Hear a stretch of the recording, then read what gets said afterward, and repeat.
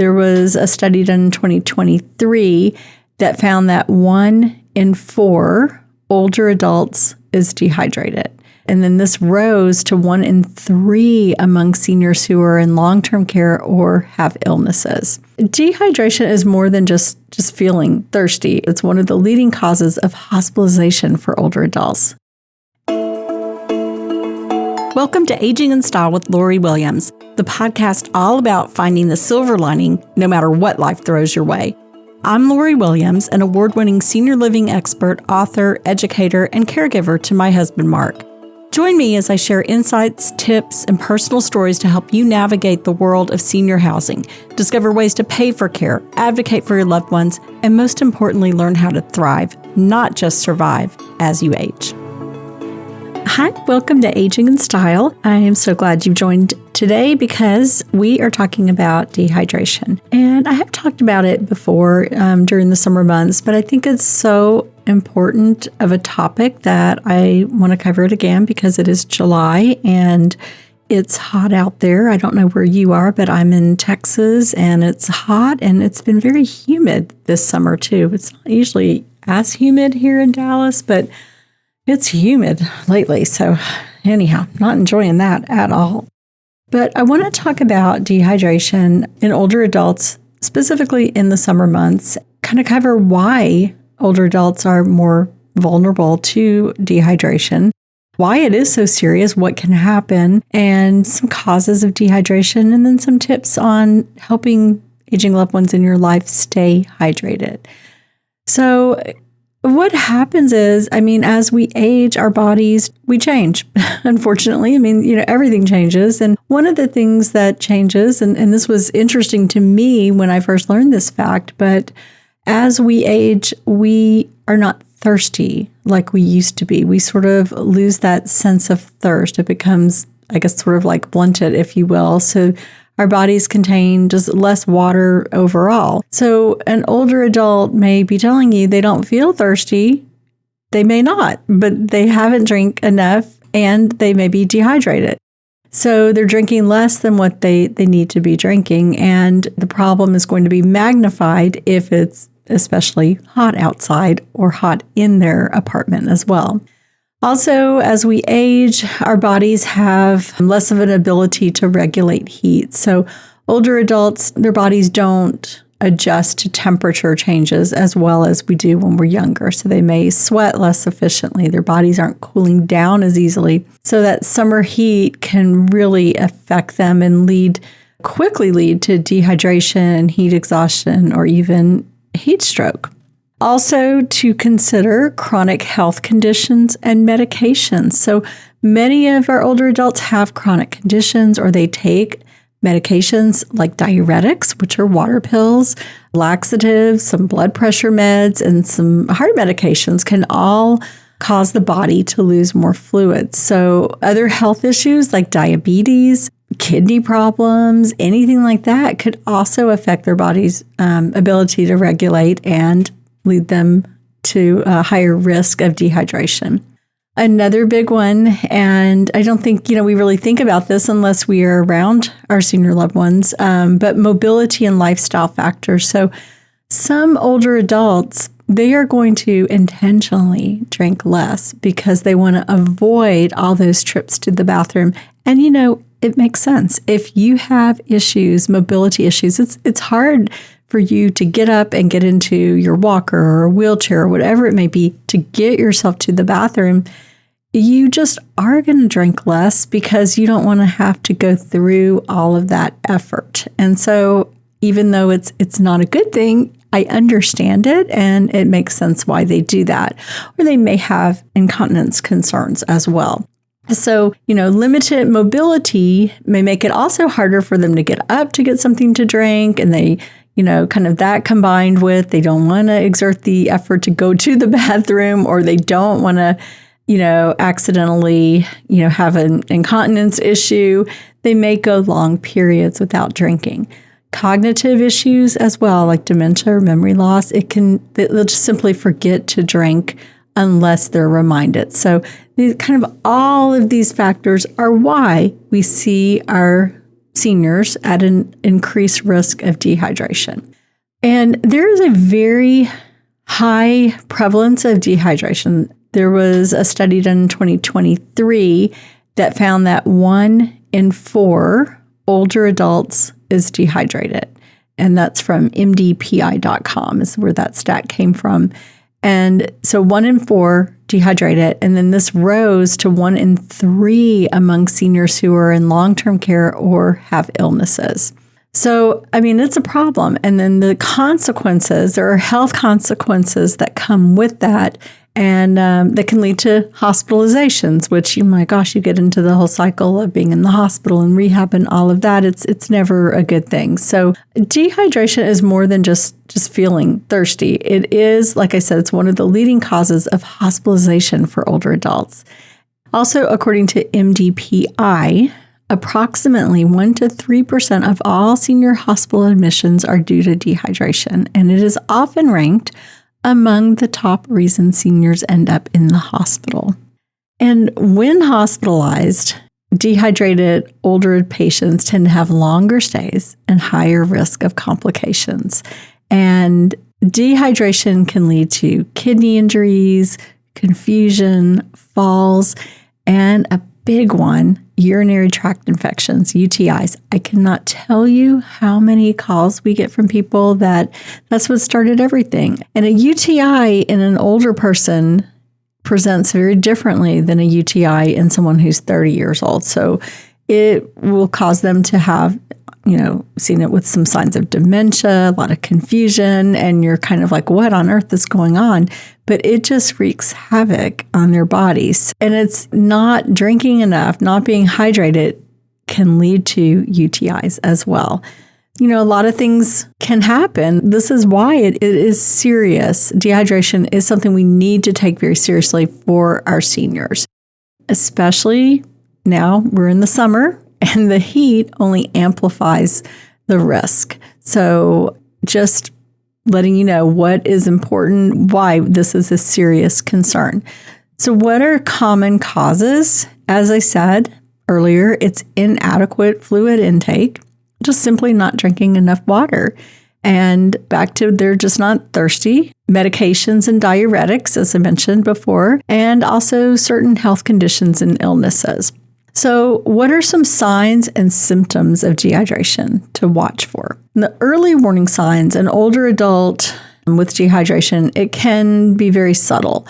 You want to look for dark-colored urine or infrequent urination. They're going long stretches without needing to go to the bathroom. That's a key.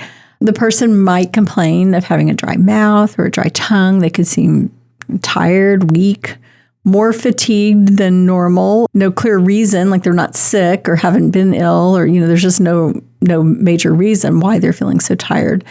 Mild headaches, dizziness, lightheadedness, especially when they stand up quickly. All those could be signs, early warning signs.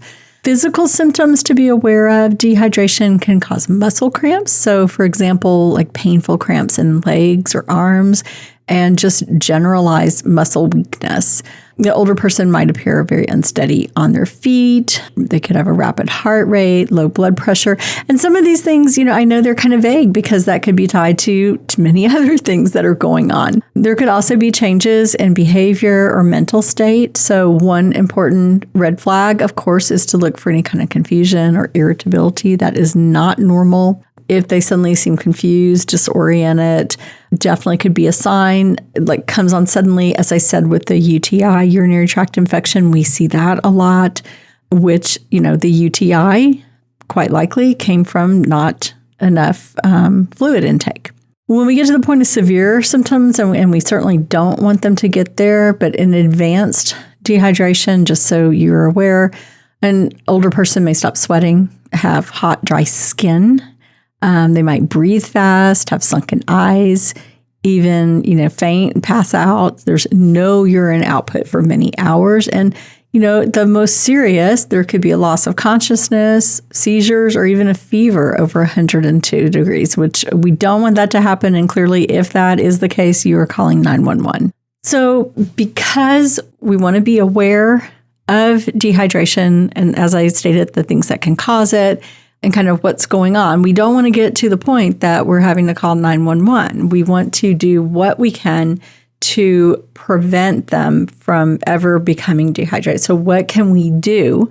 How can we keep our senior loved ones hydrated? And here are my best tips for that. So you're going to encourage frequent fluid intake. Even if they don't, they tell you they're not thirsty. What I have done, because my husband, as you know, if you listen to the podcast, he is a stroke survivor, and he really was not drinking enough water. And I had tried different things. We have popsicles, things like that to try and get some fluids in him. And he recently had a birthday last month, and a dear friend of ours gave him a Stanley cup. And it's a really big one, and it's bright red. He's a very patriotic guy. So I said, yeah, get him red. And I have a Stanley cup. My daughter has a Stanley, and I never thought to get one for my husband. He loves it. And so every morning we fill it with ice and water. It's right next to him. He sips on it all day. So that's one way, find kind of like a fun cup so that I don't have to say to him all the time, do you need water? Do you need water? Why don't you drink water? He has his cup and he loves drinking from it. His Stanley, I guess not a cup, his Stanley mug or whatever. Plug for Stanley. So that makes him really happy. So that would be one way to kind of get your loved one to drink. Make hydration easy and appealing with a favorite cup or a Stanley mug or whatever it could be, and make sure it is easily accessible next to, like I said, my husband, he sits in his recliner and he has a little table next to him, and that Stanley mug is next to him all day, filled up in the morning and stays with him. So if they're in bed, wherever they are, just make sure that there is water accessible to them. If plain water does not appeal to them, you can always offer like diluted fruit juice or flavored water, put, slices of lemon, cucumber, make it like spa water if you could get them to drink that. Anything that can make it a little more palatable to them and more enjoyable. There's also all kinds of things that you can add, flavor additives. I would look at them just to see if make sure there's not chemicals and different things in them. I'm kind of like weird about that, except that I'm sitting here drinking a Diet Coke. Yes, I know it's bad for you, but I love Diet Coke. Which also brings me to, you don't want them to drink things that are dehydrating, because there are dehydrating drinks. So you want to limit those drinks, which would be things like alcohol or high caffeine beverages like coffee or Diet Coke. So you would want to limit those. I'm not saying don't give them their coffee if that's something they love, but those types of beverages will dehydrate you. Kind of going back, we're going to make things easier. Have reminders and routines sort of build into, like if you're the caregiver, a daily hydration routine. So encourage water, have their mug filled up and next to them. And then maybe give them some snacks that are really good ways to hydrate them. So water-rich foods like watermelon, cucumbers, oranges, berries, tomatoes, grapes. I mean, anything that is very water-rich. Those are the types of things that would help. Melon, sugar-free fruit pops. Like I said, I keep in my refrigerator. I have popsicles, and Mark can go in there. He can reach it, in his wheelchair, and he gets his own popsicles, which is great. That's a great way for him to do it on his own. Another thing is keep the home environment cool. And I know a lot of times when I go to visit some of my senior friends, I am about to pass out because it's so hot. And I get it. A lot of times older people, they just feel colder, and I'm not there yet because I feel like I'm always hot and probably freezing my family out because I like it really nice and cold in my house. But another concern is, a lot of our seniors are on a fixed budget, so they're concerned about running that AC and putting it down to, say, 72. They probably have it up at 82. So that could cause them to dehydrate too if it's really hot in their space. So check on them, make sure that, fans are on during peaks. Sometimes when it's hottest outside, loose clothing. I mean, I remember my grandmother, she always had a sweater on. It could be, 105 degrees and she had a sweater on. So if they're cold, they're cold. But, it's just, these are just some things to kind of watch for. And just check and monitor them frequently during hot weather. And make sure that, ask them, have you been drinking water? Or you just want to make sure you're staying hydrated. Okay, so those are the things that you can do to prevent and keep your loved one, hydrated and cool and all those things. Will they always listen to you? Will they drink water? Will they do these things? No, they won't. So, you know what? All you can do is your best. And if, God forbid, something happens, go back to what we just talked about and when it's time to seek medical attention. And that would be, looking for those signs and symptoms of dehydration and knowing when it's an emergency. Like I said, if they became confused, disoriented, lethargic, temperature 102, things like that, that is when you need to call 911. Other thing, and this could happen at any time of year, but persistent vomiting or diarrhea, someone who is older and has an acute illness or their body is just more fragile. Like I'll give an example. My husband a couple of years ago got very sick with a stomach bug. And, normally, he was a guy who never got sick with a stomach bug. He was so lucky. But within just a few hours, he had dehydrated to the point that he had a seizure. And that was just shocking to me. So that can happen if someone is in, more of a frail condition. So certainly watch that. If an older person has had diarrhea, say for more than 24 hours and is vomiting, they're likely going to need an IV and have treatment for dehydration. So don't hesitate to get them to the doctor. You're not overreacting at all. And of course, be aware of those signs, as I said, of heat stroke or severe dehydration. And the best thing is just, trust your instincts as the adult child or the caregiver. You know when something is off and it's time to get help, and don't hesitate to do that. All right, that's what I have to share with you today about dehydration. And, stay cool, stay safe this summer, and keep an eye on your loved ones. We will talk to you next week. And as always, please share the podcast with all your friends, families, neighbors, and thank you for listening. Bye-bye.